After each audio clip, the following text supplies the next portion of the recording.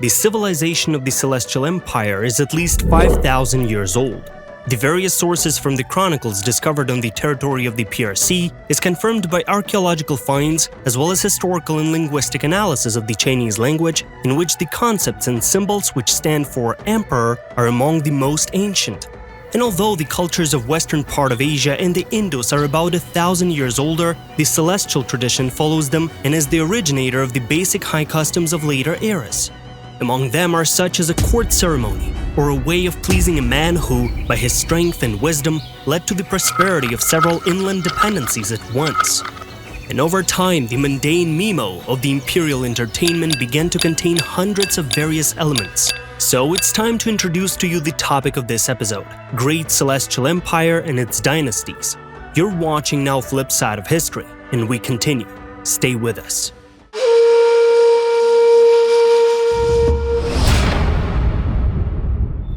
The Ming Dynasty was the first to compile all previous experience into one strict codex. Harem entertainment for the master of the Celestial Empire, apparently who personally received permission from all the deified natural elements in the Taoism widespread here, was awarded precise rules during the period of this glorious dynasty of Chinese rulers. The beginning of this family law dates back to the 14th century. By this time, the Han Chinese, indigenous people of China from the north, had joined the barbarians. The wall didn't help much. Well, of course, the rules of royal entertainment must include the ancient customs of the unified group, which later became the Tungusic Manchu, Mongolian, and Turkish groups, and probably Korean as well. The north of the Celestial Empire, due to constant invasions, was subjected to endless influx of various ethnicities and, consequently, assimilation. There was their own interpretation of customs. Who exactly was assigned to the rulers as a women's collective? As a result of these standards, it was much easier for wives and concubines than for their counterparts in the Muslim East. But in certain ways, it is much more complicated. The harem of the state was specific and had restrictions. On every occasion, everything, whether in the tea ceremony, in dances, or in bid, was based on the reverence for natural forces and geographical directions. For one instance, the spouse had to have only 4 cardinal directions, which namely are south, north, west, and east.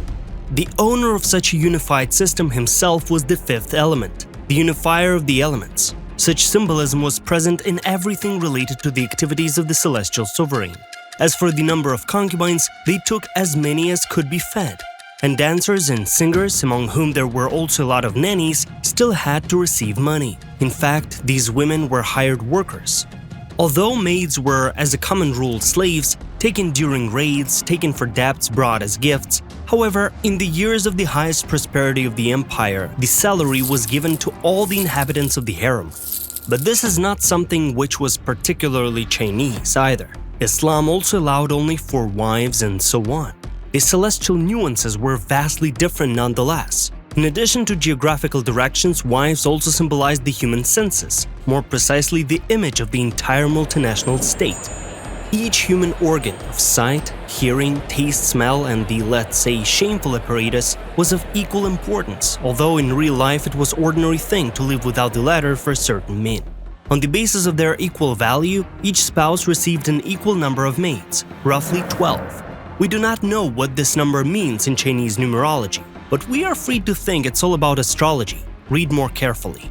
Concubines of the highest and middle categories could have only 8 maids, and the younger, newest ones had just 6. But again, just many other concubines around the globe at the time would be jealous of such privilege. In this regard, Chinese wives and concubines had priority over members of the Islamic states. Emperors also treated women with much more praise than, again, in Muslim palaces. But it's not so one-sided.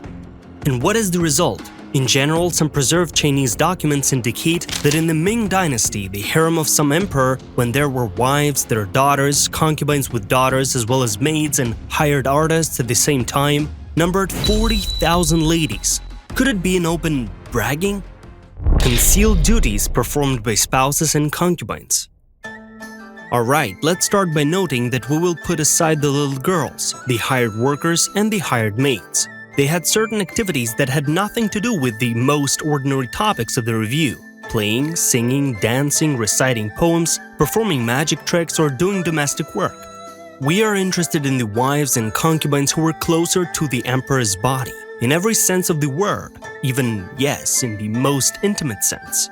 How did they satisfy the Lord of the Four Elements in order to metaphorically demonstrate the obedience of all four main elements to him?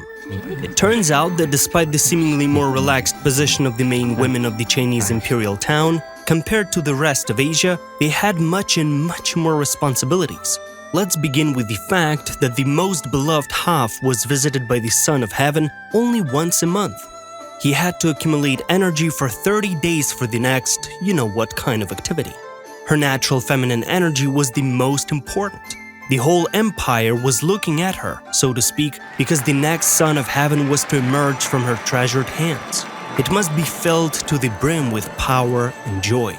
With the wives of the secondary sort, it was possible to do these sort of things more often, but in the selection of concubines there was a strict selection from the very beginning. In some incomprehensive way, specially trained people tested the level, direction, and quality of their feminine energy. So apparently beauty is not the pivotal thing.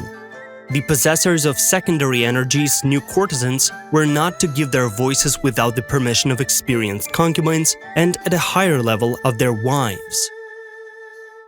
As among the flora-fauna, the harem lived according to the laws of an unvarying hierarchy, feminine power being at its center.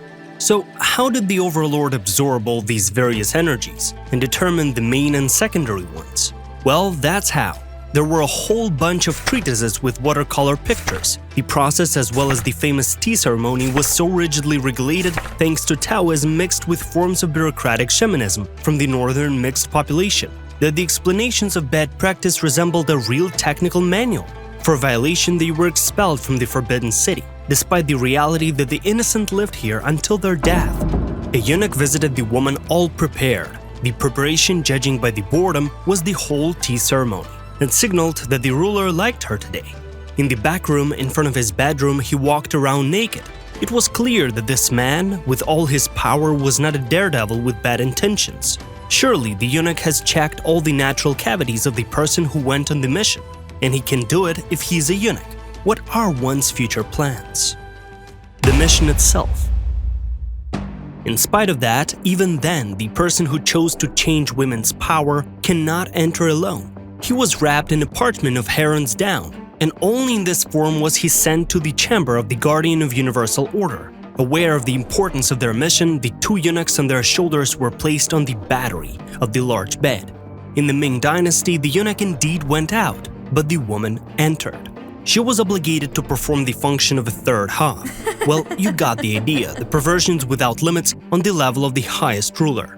After this dynasty, the practice of using a senior lady-in-waiting ceased. What's the cause? Optimization to reduce staff and thus to pay less? Reduction of jobs in the harem? Simple shyness? No one today will answer for sure. But a ritual that existed before the Ming presents a very different, more awkward rather than perverted, procedure. It turns out that earlier, instead of a lady-in-waiting, the act was observed by the important triple, consisting of the emperor's mother, the most experienced wife out of all, as well as a eunuch scribe, who kept a record of everything that happened during the pleasures of the bed. Although in our modern understanding, it's difficult to call it a real pleasure, although they thought differently. So, long story short, you get the whole concept. One gave advice in case of a possible difficulty in the process of the universal procedure, the other wrote everything down, and the Great Mother apparently controlled everyone in the bedroom and thus controlled the compliance with duties. And it seems that it was this broader view that was the note that was added to the customs of the Han Chinese by the Northerners, who had previously lived as a large patriarchal family in yurts, chums, teepees, in which there were no separate rooms. What was exactly going on if everything was so serious that the Chamber of Major Affairs was born? It turned out that this secret or public aspect of their lives would be more accurate and detailed than the Kama Sutra itself. Just do not violate it and you will be on the payroll of the Forbidden City for the rest of your days. But it's not just about the instructions, most of which took shape already in the 10th century, but also about the emperor's personal opinion about the skill of a woman. If he came out with a happy face saying, "She can stay," then next to the name of the lady there was a scribe about the mercy of the emperor. Since there were too many hunters for favors, the young ladies had to clench in the imperial bid by all means. And to preserve longevity, only virgin girls were prescribed as a great medicine. After the Ming, the new invaders from the north also introduced new approaches to this question. In conclusion, there is something to be said. The practice of a certain secret Chinese Kama Sutra, acquired in the conditions of centuries-old court perfectionism and fierce competition, got into inns and brothels with the departure of concubines into the common world. That is why red light districts in Chinese cities are the most yearned for places for many men. Thank you for watching. Our episode has come to an end. But you can check out our other episodes on the channel. Leave a like as well as subscribe to the channel. And for now, see you later on Flip Side of History.